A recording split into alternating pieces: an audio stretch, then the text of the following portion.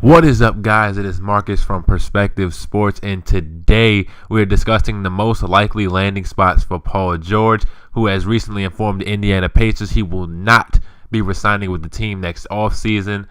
And he tells them that he prefers the Los Angeles Lakers as a destination, which is a terrible place. The Lakers won't be contending for a title anytime soon, with or without you.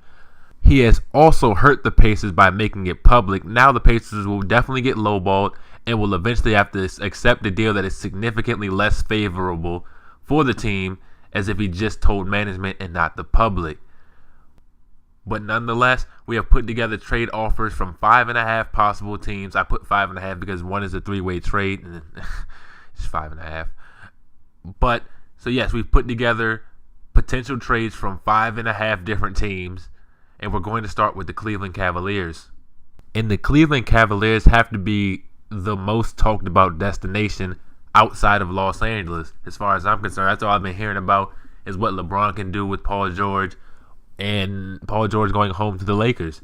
But here's the trade number one, where the Cavs will get Paul George and the Pacers will get power forward / center Tristan Thompson, a 2018 Cavs first round unprotected, and the 2021 through 2022 Cavs first rounders unprotected. And this is a virtual all-in for the Cavs, in my opinion, because they're giving up way more than the Pacers originally asked for, and that was a starter and 2 picks, I believe.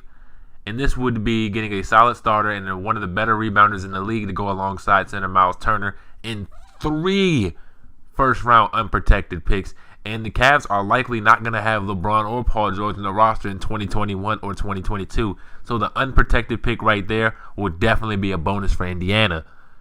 And as for trade number 2, the Cavs will get Paul George, and the Pacers will get Kevin Love and a 2018 Cavs first-round pick unprotected. And I'd be cautious if I'm both teams. Cleveland, you're giving away your best rebounder, an elite scorer, although you're getting a better one in return. But now, you become too small and won't be able to rebound like you've done in past seasons. And if I'm Indiana, there's no long-term benefit to this deal. You get Kevin Love, well, okay. He'll leave the first chance he gets in a late first-round pick next year, so there's no long-term gain for giving up Paul George. And I don't see either team being too fond of this sort of deal, this framework or package, so to say, for this deal. Now for the Los Angeles Lakers, his hometown team, where he wants to go and probably where he'll end up in the long run. I have also come up with 2 trades for the Lakers. The first trade being the Lakers get Paul George and the Pacers get a 2019 Lakers first round unprotected, guard Jordan Clarkson, and power forward Julius Randle.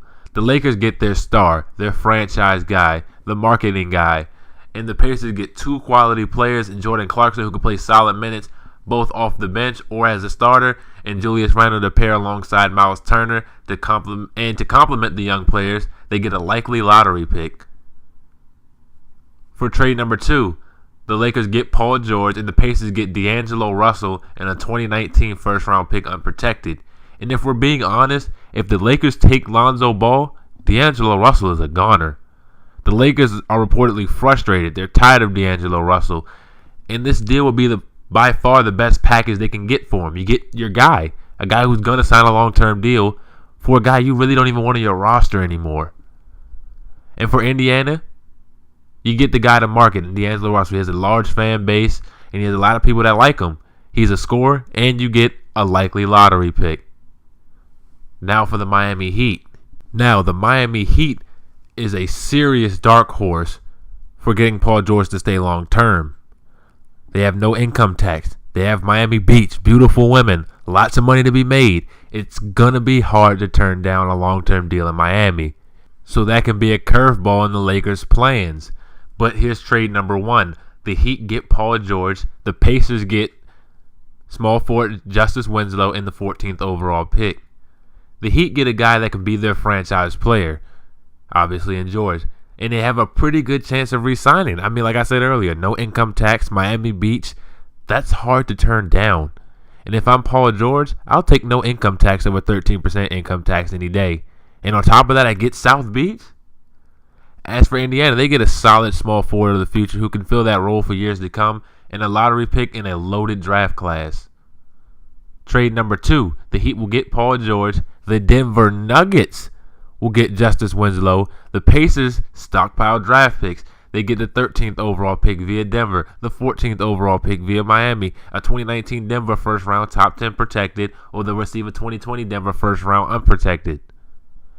And we all know again what the Heat get Paul George. I think they have a good chance to re-sign him if he lands there. Denver receives a small forward to replace Danilo Gallinari, who may be way too expensive to keep this offseason. Indiana makes out with 2 lottery picks that they could use to flip for other players and assets, and a future Denver pick. Remember, Denver's rebuild is not over, even with Winslow. So I think Indiana will take a hard look at that deal. Now for the Los Angeles Clippers.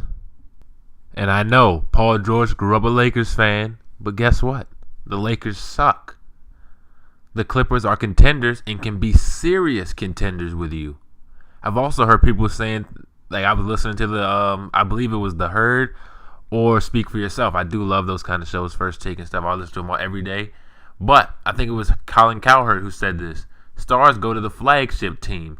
If you're a star, you go to the Yankees, not the Mets. You go to the Giants, not the Jets. You go to the Heat, not the Magic. And it's the same for LA. Stars want to go to the Lakers, not the little brother Clippers. But PG could be a winner. He could be around his family. And at the same time, be a championship contender by joining the Clippers. And this is my trade for the Clippers and the Pacers. The Clippers obviously get Paul George. And the Pacers get point guard Austin Rivers. Forward/guard Wesley Johnson. Forward Luke Mbah-a-Moute. 2018 Clippers first round pick unprotected. And a 2021 through 2022 Clippers first round unprotected. And this is another all-in trade by the first one was by the Cavs. This one is by the Clippers. Because Paul George isn't going to stay 1 year, then literally sign with the team in the same building. He'd be losing money and wasting his time. Because he's in LA around family, I truly believe he'll enjoy winning so much that he'll agree to a long-term deal mid-season. And this makes my Clippers my number 1 dark horse to sign him because they're in his hometown. They play in the big Staples Center. They'll still fill up the seats with him. And maybe he can help them raise the first banner. Who knows?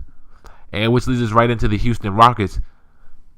And the Rockets need a star to put beside James Harden. And I say who other than Paul George. And this is my deal for the Rockets. The Rockets get Paul George. The Pacers get Trevor Ariza, shooting guard Lou Williams, 2018 Rockets first round pick unprotected. The Pacers get kind of reverse of what they wanted. They wanted a starter and 2 picks. In this deal, they'll get 2 starters and a pick.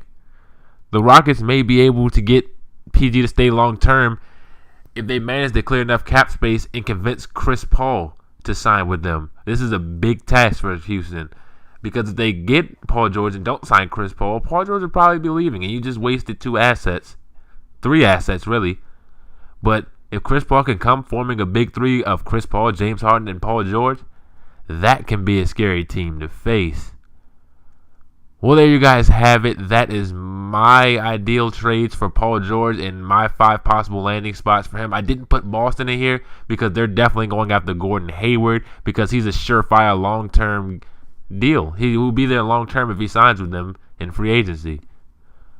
Well, I hope you guys enjoyed the video. I look forward to seeing in the comment section where you think he'll go and what your deals are.